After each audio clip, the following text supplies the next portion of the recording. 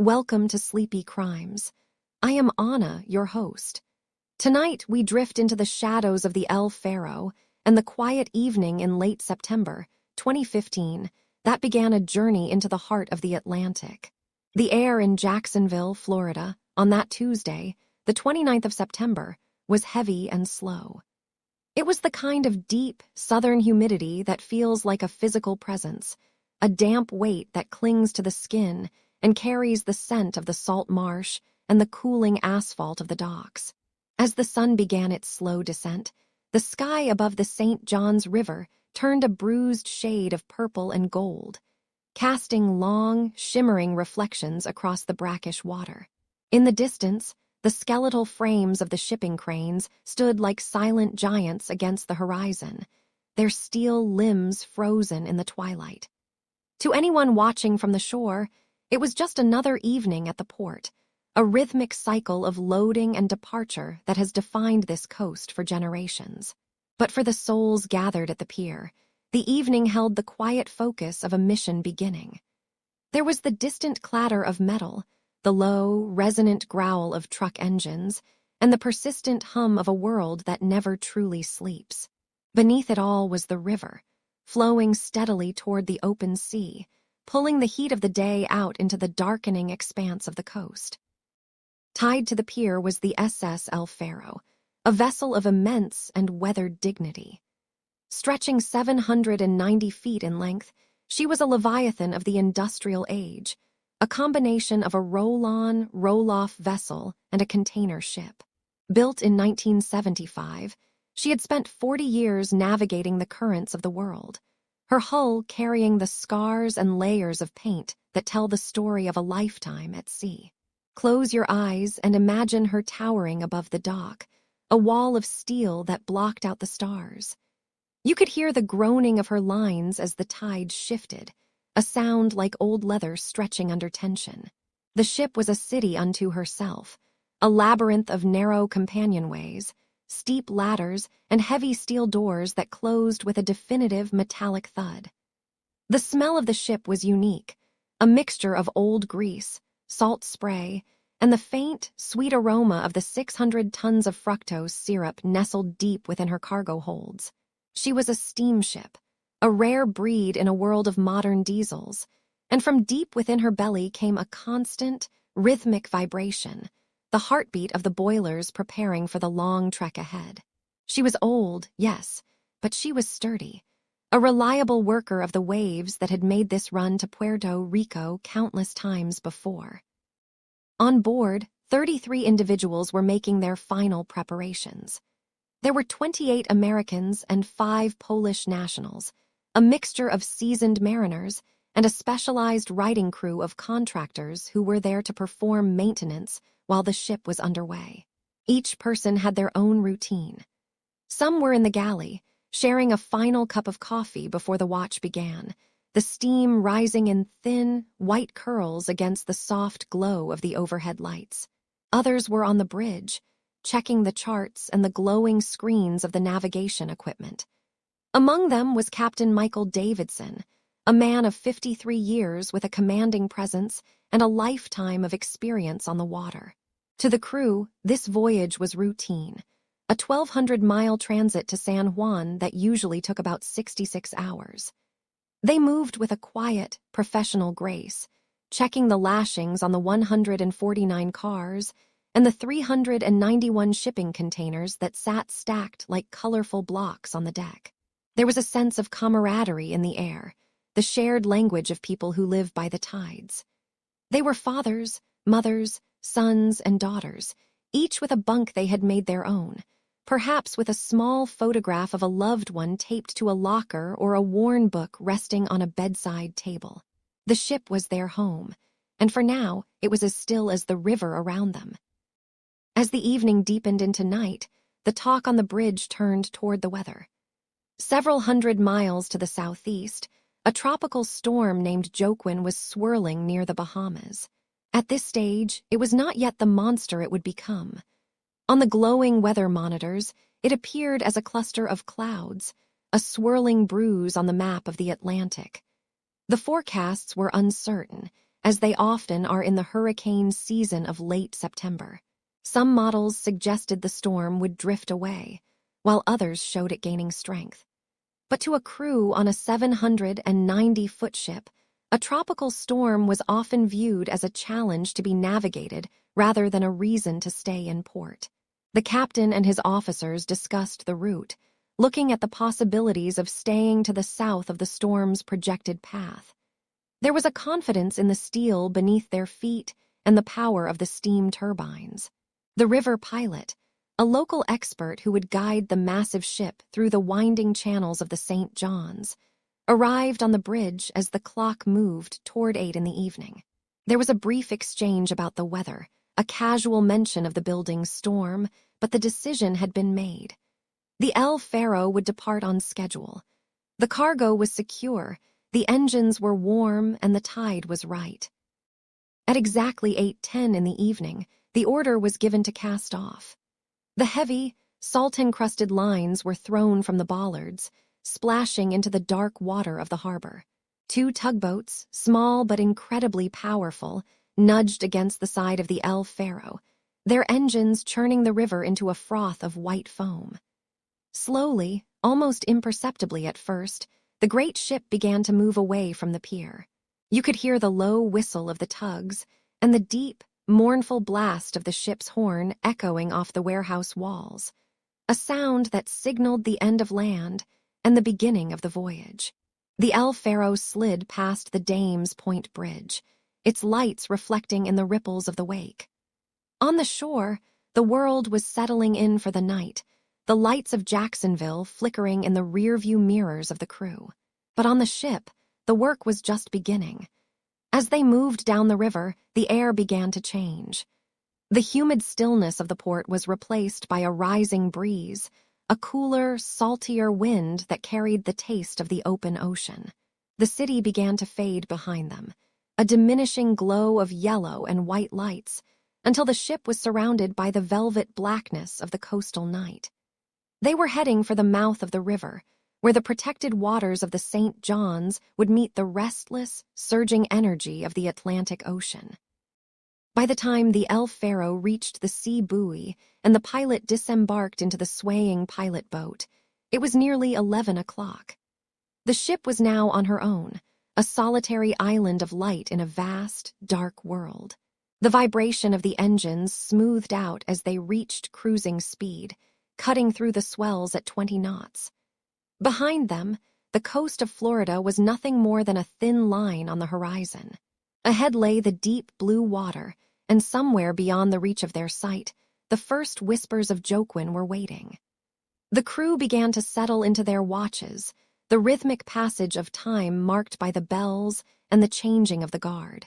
In the silence of the cabins, the only sound was the muffled roar of the water rushing past the hull and the occasional creak of the ship's structure as she met the first ocean waves. It was a peaceful beginning, a moment of transition where the weight of the land is left behind and the spirit of the sea takes hold. The 33 souls on board were moving toward their destiny, carried by a ship they trusted, through a night that felt like any other. The stars were obscured by a high veil of clouds, and the ocean was a mirror of ink. The voyage had begun, and for now, the Faro was a beacon of order in the encroaching dark. The darkness of the Atlantic swallowed the Faro as she moved further away from the safety of the coast.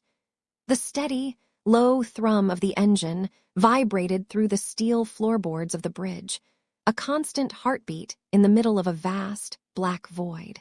At 11 o'clock that night in late September, 2015, the air was thick with a heavy, salt-laden humidity that clung to the windows and chilled the skin of those on watch.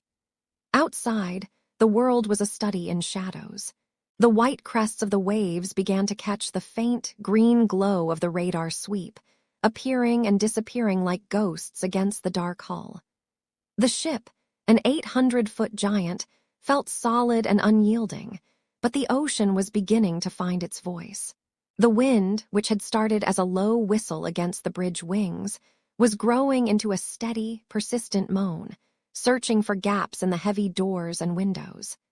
Inside the bridge, The air smelled of ozone, old coffee, and the metallic tang of the ventilation system. Captain Michael Davidson stood near the center console, his eyes fixed on the horizon that no longer existed, obscured by the gathering mist and the absence of the moon. The captain's confidence was anchored in the digital glow of the Bon Voyage System, or BVS. It was a sophisticated weather modeling program, designed to give mariners a clear picture of the tempests ahead. On the screen, the storm known as Joaquin appeared as a swirling cluster of colors, a tropical system that seemed manageable if one stayed on the correct side of its path. Davidson leaned over the glowing monitor, the pale light casting long, sharp shadows across his face. He believed in the southwest quadrant, the so-called safe side of a hurricane, where the winds would theoretically push the ship away from the eye rather than into it. However, the BVS had a hidden flaw that no one on the bridge fully grasped in those early hours. The data being downloaded was lagging. It was 6, sometimes 8, and eventually 12 hours behind the actual movements of the storm. The swirling graphic on the screen showed a tropical storm, but out in the darkness, the monster was already breathing. It was feeding on the warm waters of the Bahamas, tightening its core and transforming from a disorganized cluster of rain into a focused, Category 4 engine of destruction. The ship was sailing toward a ghost of the weather, a memory of where the storm used to be, while the reality was shifting directly into their path. As the clock ticked into the early morning hours of September 30th, the atmosphere on the bridge shifted from routine to a quiet, simmering tension. The third mate, Jeremy Ream, watched the anemometer needle begin to climb. The wind speed was no longer a suggestion. It was a physical force. It buffeted the massive containers stacked high on the deck, making them groan and settle into their lashings with deep, metallic thuds. Every few minutes, a particularly large wave would strike the bow, sending a spray of white water over the forecastle that sounded like a handful of gravel thrown against a window. Ream looked at the radar, where the rain bands were beginning to take shape as long, curved fingers of red and yellow on the display. He felt a gnawing sensation in his stomach, a quiet instinct that the ship was being funneled toward something far larger than a tropical storm. At 11:14 that night, Ream voiced his concerns to the captain, noting that within hours they would be just 22 miles from the center of the storm, facing gusts of 120 miles per hour. He later muttered to himself that the situation simply did not sound right, yet the chain of command held firm. The captain remained in his cabin, resting for the trials he knew were coming, leaving the junior officers to watch the barometric pressure drop with every passing mile. By the time the calendar turned to October 1st, the transition was complete. Joaquin was no longer a mere tropical storm. It had exploded into a Category 4 hurricane. On the bridge, the sound was deafening. The wind was a high-pitched scream that vibrated through the very bones of the ship, a sound so intense it felt like a physical weight pressing against the ears. The rain didn't fall. It moved horizontally, driven by the fury of the eye wall. It was a blinding, white sheet that rendered the ship's powerful searchlights useless, reflecting the light back in a dizzying haze. Second mate Danielle Randolph took her turn on the watch, her hands steady on the controls but her mind racing. She watched the inclinometer as the ship began to take on a persistent list, a slight tilt to the starboard side that wouldn't quite right itself. The ocean was no longer a series of waves. It was a chaotic, churning landscape of mountains and valleys. Great walls of water, some 30 or 40 feet high, rose out of the dark, their tops sheared off by the wind into a fine, blinding mist. The Faro was deep within the outer bands now, its progress slowing from 20 knots down to 15, then 12, as it fought the immense pressure of the surging sea. At 2:47 in the morning, the second mate picked up the internal phone to call the captain's quarters. Her voice, recorded by the voyage data recorder, was calm, but carried the weight of the night's unfolding reality. She informed him that the weather reports were worsening and suggested a course change that would take them further south, away from the tightening grip of the eye. From his cabin, Davidson listened, his mind still tethered to the outdated weather files he had studied hours before. He told her to maintain the course, confident that the ship would soon pass through the worst of it and emerge on the other side. On the bridge, the crew exchanged glances in the dim light. They were mariners. They knew the sea, and they could feel the Faro struggling. The ship was 40 years old, a veteran of many voyages, but she was now being asked to endure forces that few vessels ever encounter. Below deck, in the engine room, the engineers felt the ship's tilt more acutely, watching the oil levels fluctuate as the ship rolled and pitched. The steady thrum of the engine was now punctuated by the sound of heavy cargo shifting somewhere deep in the holds, a rhythmic, terrifying clanging that echoed through the steel halls. The captain returned to the bridge at 4:09 in the morning, his presence intended to steady the nerves of his crew. He stood among them as the wind reached a fever pitch, downplaying the severity of the swells that were now crashing over the decks. He spoke of the weather in Alaska, of the storms he had survived before, trying to wrap the bridge in a blanket of normalcy. But the sea would not be ignored. A few minutes later, the chief mate relayed a message from the engine room. Something was wrong. The ship was not just rolling, it was leaning, hanging at an angle that felt unnatural. The oil pressure in the massive turbines was beginning to drop as the lubricant shifted away from the intake pipes, a consequence of the persistent list. The air on the bridge grew heavy with the realization that the distance between the ship and the eye of the hurricane had vanished. They were no longer skirting the edge. They were being pulled into the very heart of the Category 4 storm. The decisions made hours ago, based on the flickering data of a lagging screen, had set a course that was now irreversible. In the pitch-black morning, the Faro moved steadily forward, her bow dipping deeper into the green water with every surge, as the eye of Joaquin waited just over the horizon. The morning of October 1st, 2015, did not arrive with a sunrise, but rather a slow, suffocating transition from deep charcoal to a bruised, heavy gray. On the bridge of the Faro, the air was thick with the scent of ozone and the sharp, metallic tang of sweat and old coffee. The windows, thick panes of glass designed to withstand the fury of the Atlantic, were now mere frames for a world of white-streaked chaos. Outside, the wind did not just howl. It screamed a high, dissonant note that vibrated through the very marrow of the crew's bones.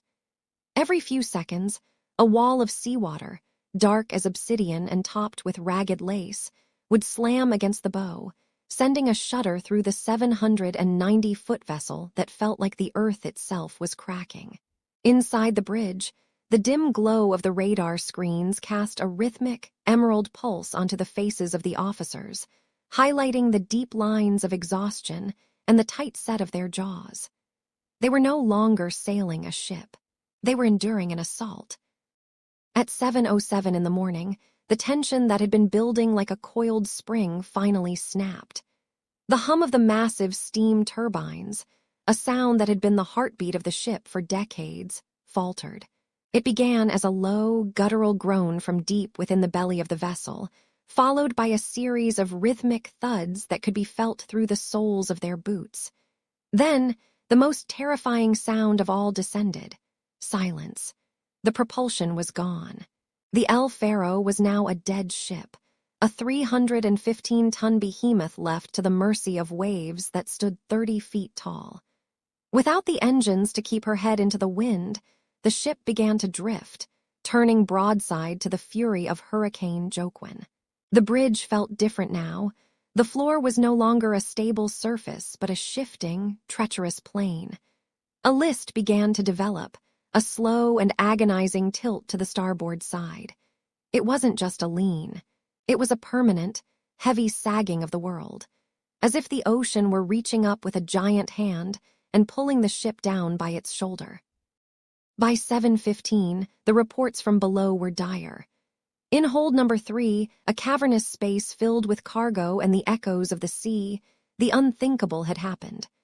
A scuttle, a small hatch on the second deck, had been forced open by the sheer pressure of the water. Now the ocean was no longer outside. It was an intruder, rushing into the hold with the force of a fire hose.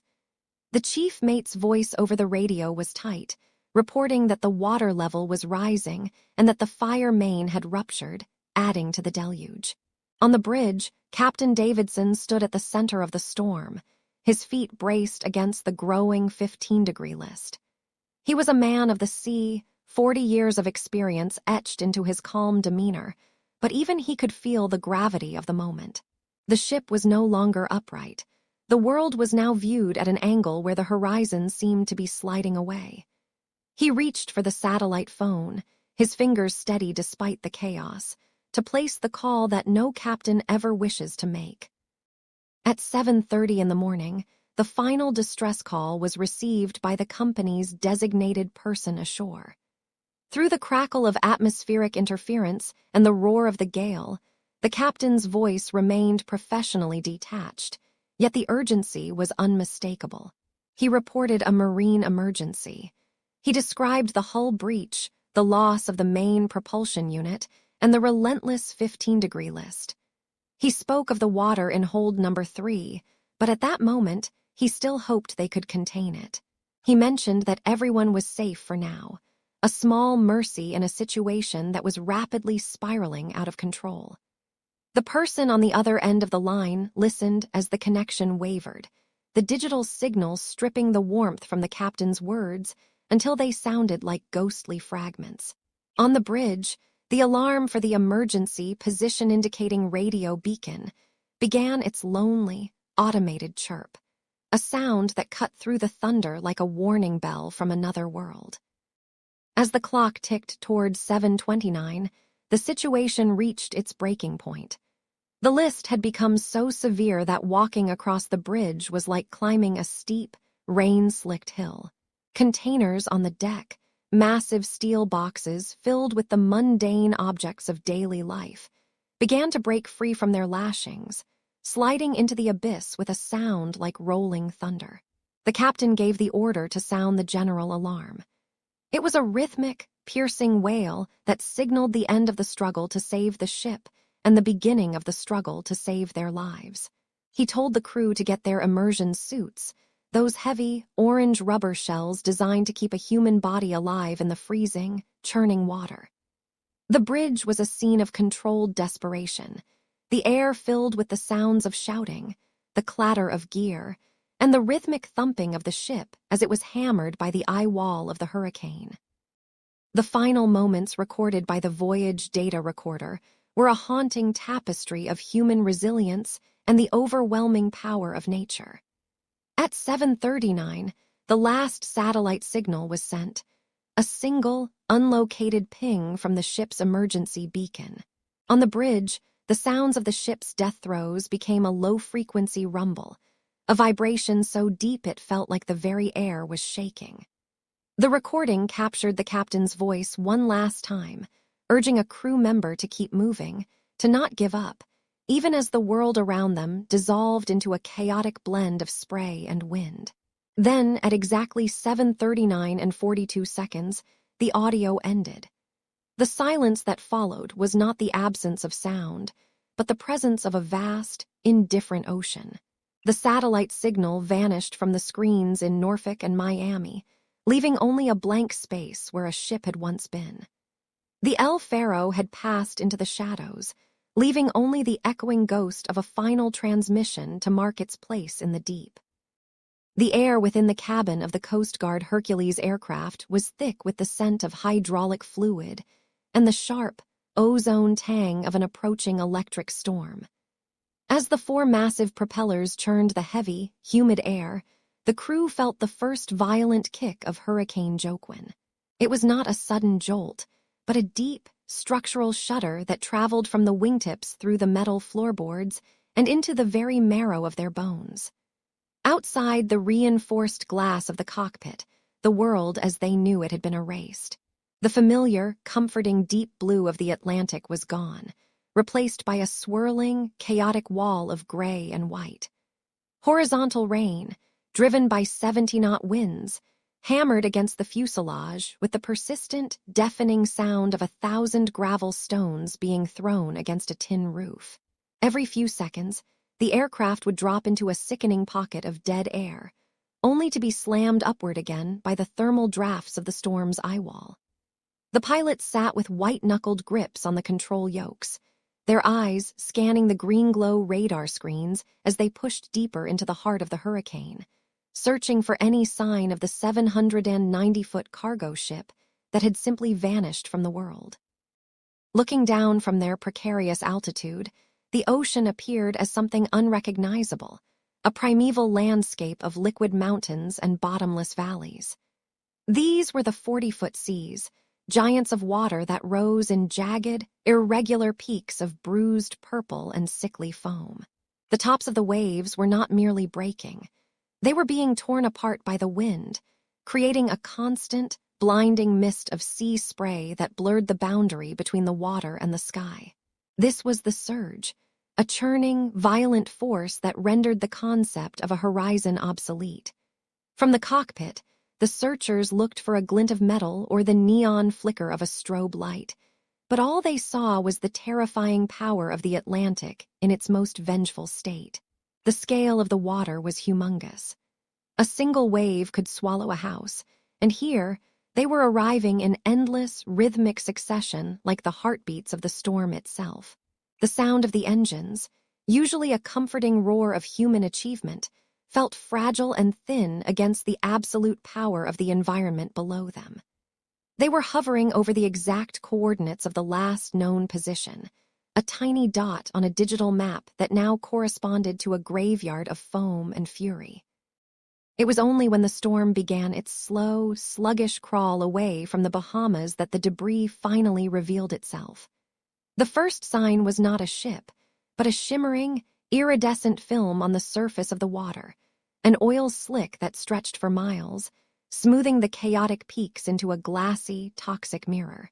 It smelled of heavy fuel and old machinery, a mechanical scent that felt entirely out of place in the middle of the ocean's salt spray. Then came the objects. Floating amongst the white caps were pieces of white styrofoam, 55-gallon drums, and wooden pallets that had once been tucked safely into the cargo holds. Then a sharp flash of orange caught the eye of a spotter. It was a life ring, circular and bright, bobbing with a lonely, frantic energy. Through the high-powered binoculars, the letters became clear, stenciled in stark black paint. ELFARO, to see the name of the ship in the water, detached and drifting, was a cold realization that the metal hull was no longer keeping the world at bay. It was the first physical proof that the ship was gone, broken apart by the very force they were now flying through. The searchers soon spotted one of the two lifeboats. It was a mangled, white shell, stripped of its canopy and half submerged in the swell. As the helicopter hovered lower, the downwash from the rotors kicked up a frenzy of spray, further obscuring the tragic view. The lifeboat was empty. There was no movement inside, no hands waving from the gunnels, no voices shouting over the roar of the wind. It was a hollow vessel, a life-saving craft that had failed its singular purpose. Nearby, a deflated life raft lay like a discarded skin on the water. The sight of these empty containers of hope was more devastating than the debris itself. It suggested a frantic, final scramble in the dark, a moment where the crew had realized the ship was leaving them and had reached for anything that would float. But the hurricane had been too strong. The lifeboats, designed to protect 43 people each, had been tossed like toys in a washing machine, their structures crushed by the weight of waves that had no mercy for human engineering or the souls that had relied upon it. The most haunting discovery came on the fourth day of the search. Amidst a field of floating containers and twisted metal, a lone survival suit was spotted. It was a vivid, fluorescent orange, a color designed to be seen from miles away, intended to be a beacon of rescue and a herald of life. The suit was inflated, bobbing upright in the water as if someone were standing within it, looking back at the sky with silent expectation. For a few heart-stopping minutes, the crew of the aircraft believed they had found a survivor. They circled lower, the pilots maneuvering the heavy plane with a delicate, desperate precision. But as they looked closer, the silence of the scene became apparent. The suit was occupied, but the person within it was not moving. It was a single, unidentifiable body, a silent witness to the final moments of the sinking. The searchers dropped a marker buoy, its electronic ping a lonely cry in the vastness, but the conditions remained too treacherous to attempt a recovery. By the time they could return, the beacon had failed, and the sea had reclaimed the suit, leaving the families with one more unanswered question in a story already filled with them. As the sun began to dip toward the horizon on the 7th day, the tone of the mission underwent a somber, inevitable shift. The urgent chatter on the radio frequencies slowed, replaced by the heavy, methodical reporting of coordinates and debris counts. The search and rescue operation was officially transitioning into a recovery effort. The hope of finding 33 people alive in the water had faded into the grim reality of the Atlantic's vastness. They had covered over 180,000 square nautical miles, an area larger than many states, and yet the ocean remained largely empty of answers. The ship was now a ghost, presumed to be resting on the seabed 15,000 feet below. The pilots turned their aircraft back toward the coast, the vibration of the engines now feeling like a funeral march. Behind them, the Atlantic continued its eternal, rhythmic movement, the waves slowly washing away the oil and the foam, hiding the scars of the disaster beneath a blanket of deep, cold blue, as if the storm had never happened at all. The ocean surface was a deceptive mask of calm as the Navy fleet tug, known as the United States Naval Ship Apache, held its position in the vast, rolling blue of the Atlantic. Far below the hull, 3 miles of salt water pressed down with a weight that defied human comprehension. The investigation had reached a pivotal, quiet intensity. On the deck of the Apache, the air was thick with the scent of brine and the mechanical rhythm of high-tension winches. They were unspooling a tether that stretched toward the abyss, a slender umbilical cord connecting the world of the living to a silent, lightless graveyard. The searchers were looking for more than just steel and wreckage. They were hunting for the memory of the ship. The descent of the underwater drone, the CURV-21, was a slow, deliberate journey through the layers of the sea. As it moved past the first 1,000 feet, the vibrant turquoise of the surface faded into a bruised indigo, then into a deep, suffocating violet, until finally it entered the midnight zone. Here, the temperature plummeted toward freezing, and the pressure rose to over 6,000 pounds per square inch. The drone's powerful light beams cut through the gloom, illuminating the marine snow, tiny flecks of organic matter that drifted through the water like ghosts in a cathedral. Every foot deeper felt like a step further back in time, toward that morning in October of 2015, when the world above had lost contact with the Faro. At 15,000 feet, the seafloor finally emerged from the darkness. It was a landscape of pale, fine silt and ancient shadows, undisturbed for centuries until the arrival of the wreckage. The lights of the drone first brushed against twisted remnants of shipping containers, crumpled like discarded toys, their bright colors muted by the immense depth. Then, the hull of the Faro appeared, resting upright in the mud, a massive, silent monument to the power of the hurricane. The investigators guided the drone with a surgical touch, its mechanical eyes scanning the shattered bridge deck. The top of the ship had been torn away by the violence of the sinking, separated from the main hull and lying nearly half a mile away. It was a haunting sight, the place where the captain and his crew had made their final stand, now hollowed out and swallowed by the sea. The silence at this depth was absolute, a heavy, cold stillness that seemed to vibrate through the monitors in the control room back on the Apache. The team worked in hushed tones, the glow of the screens reflecting in their tired eyes as they navigated the drone through the skeletal remains of the mast. They were searching for a small, orange cylinder, a device no larger than a hatbox, which held the only true account of the ship's final 26 hours. When the drone's camera finally locked onto the orange capsule of the voyage data recorder, a collective breath was held across the ship. It was lodged near the mast, partially buried in the debris of the collapsed bridge.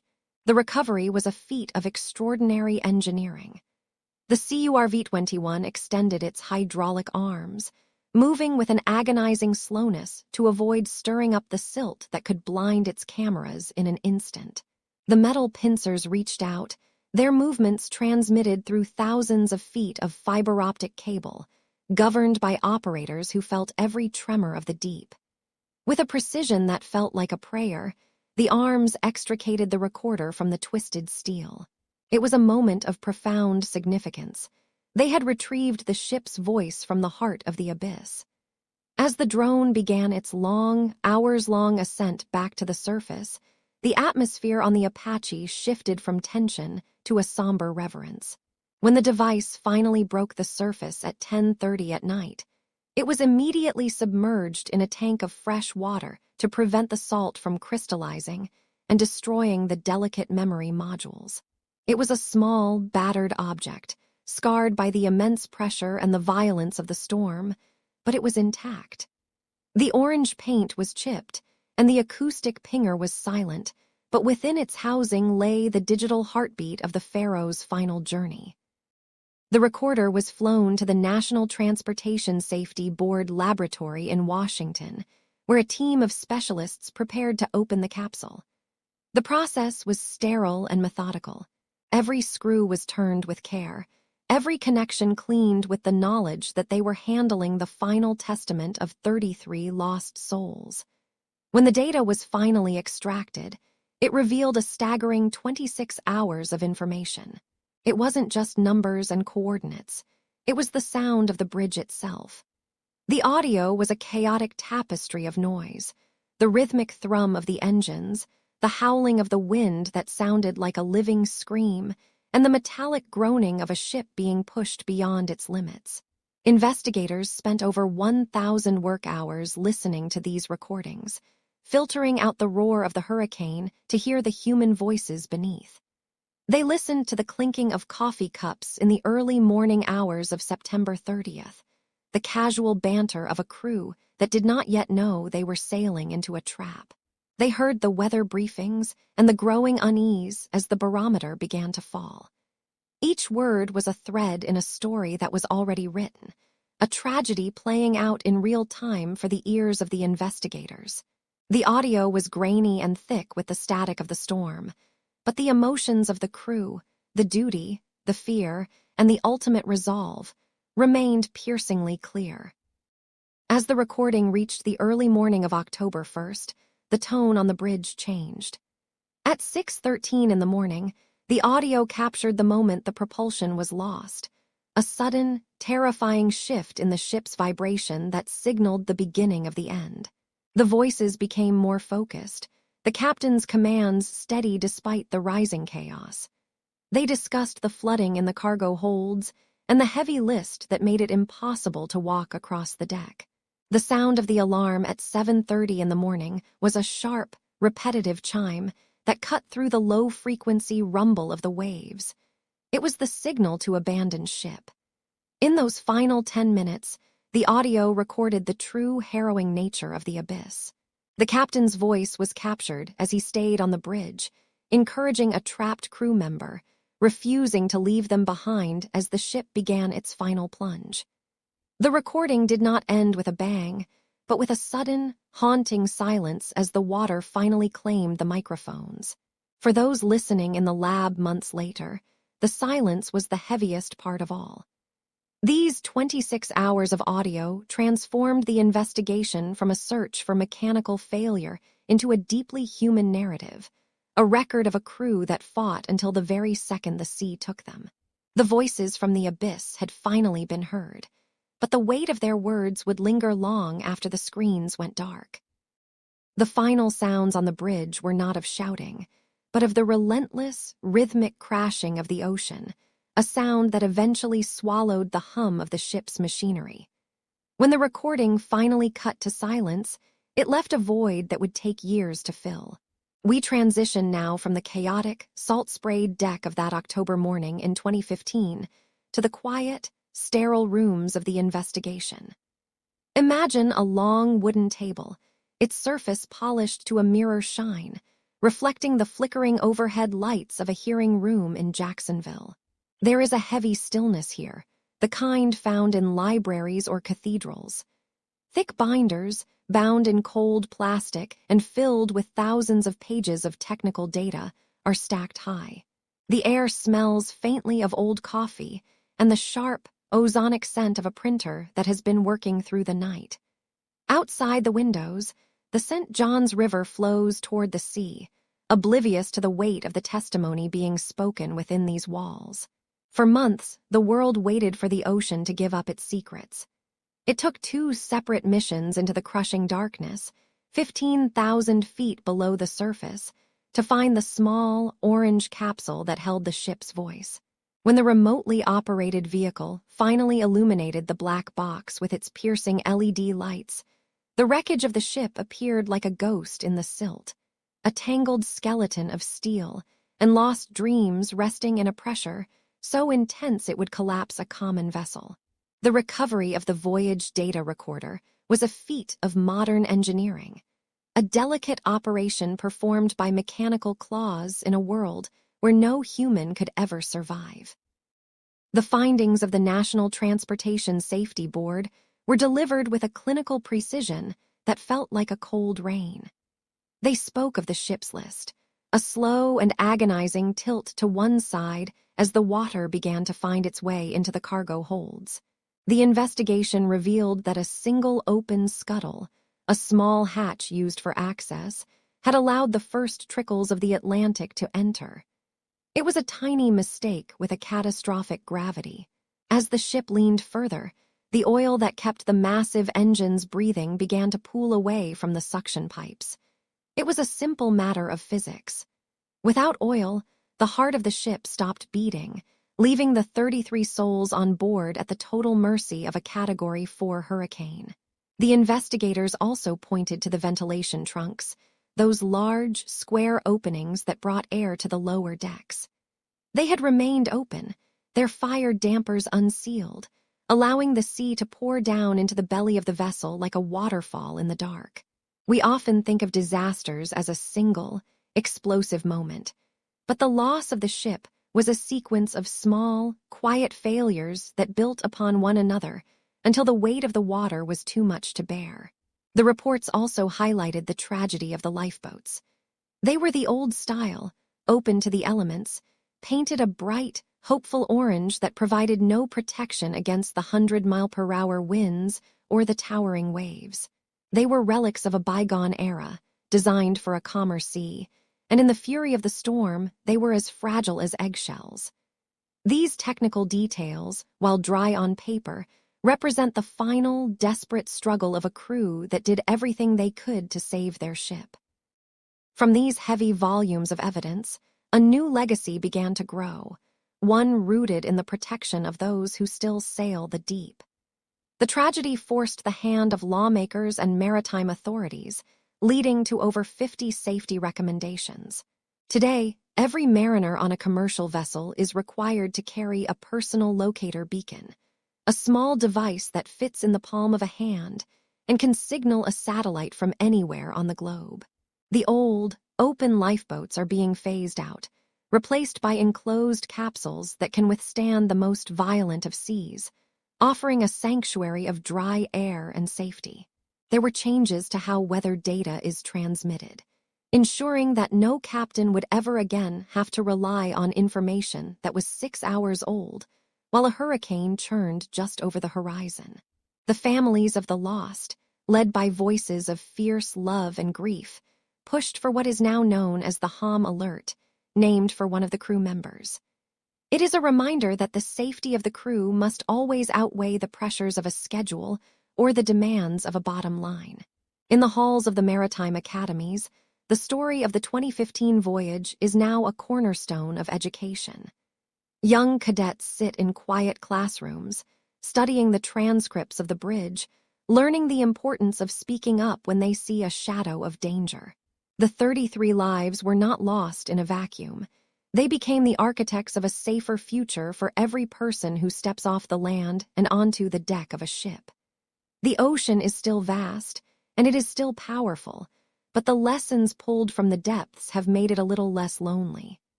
Now, let us leave the technicalities behind and travel to the places where the crew is remembered. In Jacksonville, at Dames Point Park, a memorial stands beneath the shadow of a great bridge.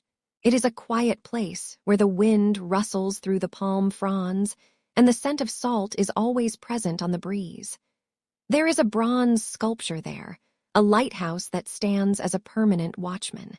The names of the 33 are etched into the stone, and families often come to leave small tokens of affection: a faded photograph, a handful of seashells, or a simple bouquet of flowers. Further north in Rockland, Maine, there is another tribute, the Faro salute. It is a sculpture of a mariner looking out over the cold, gray waters of the North Atlantic, his hand raised in a final, respectful goodbye. It honors the 5 graduates of the Maine Maritime Academy who were on board that night. And in a quiet butterfly garden at a training center in Florida, there is a place of absolute peace. The air there is thick with the scent of jasmine and the soft flutter of wings. It is a place where the violence of the storm is forgotten, replaced by the gentle cycle of life and the soft murmur of a fountain. These memorials are not just markers of a tragedy. They are anchors for the living, places where the weight of grief can be set down for a moment, and the memory of a loved one can be held in the warm sunlight. We remember their laughter, their hard work, and the way they looked when they were heading home after a long voyage. The story of the deep is often one of mystery, but in this case, the truth was brought to light through the persistence of those who refused to let the 33 be forgotten. The ship itself remains on the ocean floor, 3 miles down, where the water is as cold as ice and the pressure is a silent, constant weight. It is a graveyard of steel, slowly being reclaimed by the earth, but the spirit of the crew does not rest there. It lives on in the improved safety of every vessel that crosses the Atlantic, in the beacons that glow in the dark, and in the quiet resolve of the families who turn their sorrow into a shield for others. As we reach the end of our journey tonight, the images of the storm begin to blur and soften.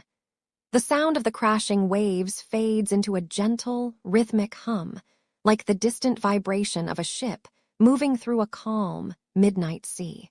The technical reports, the legal arguments, and the search for answers are all complete. The ocean has returned to its natural state of equilibrium, a vast and shimmering expanse under a blanket of stars. You can feel the warmth of your surroundings now, the safety of the shore, and the stillness of the night. The lessons have been learned, the tributes have been paid, and the memory of the crew is held in a place of honor and peace. The case rests now. Let the details fade. You are safe. Close your eyes, breathe deeply, and have a good night. Sleep well.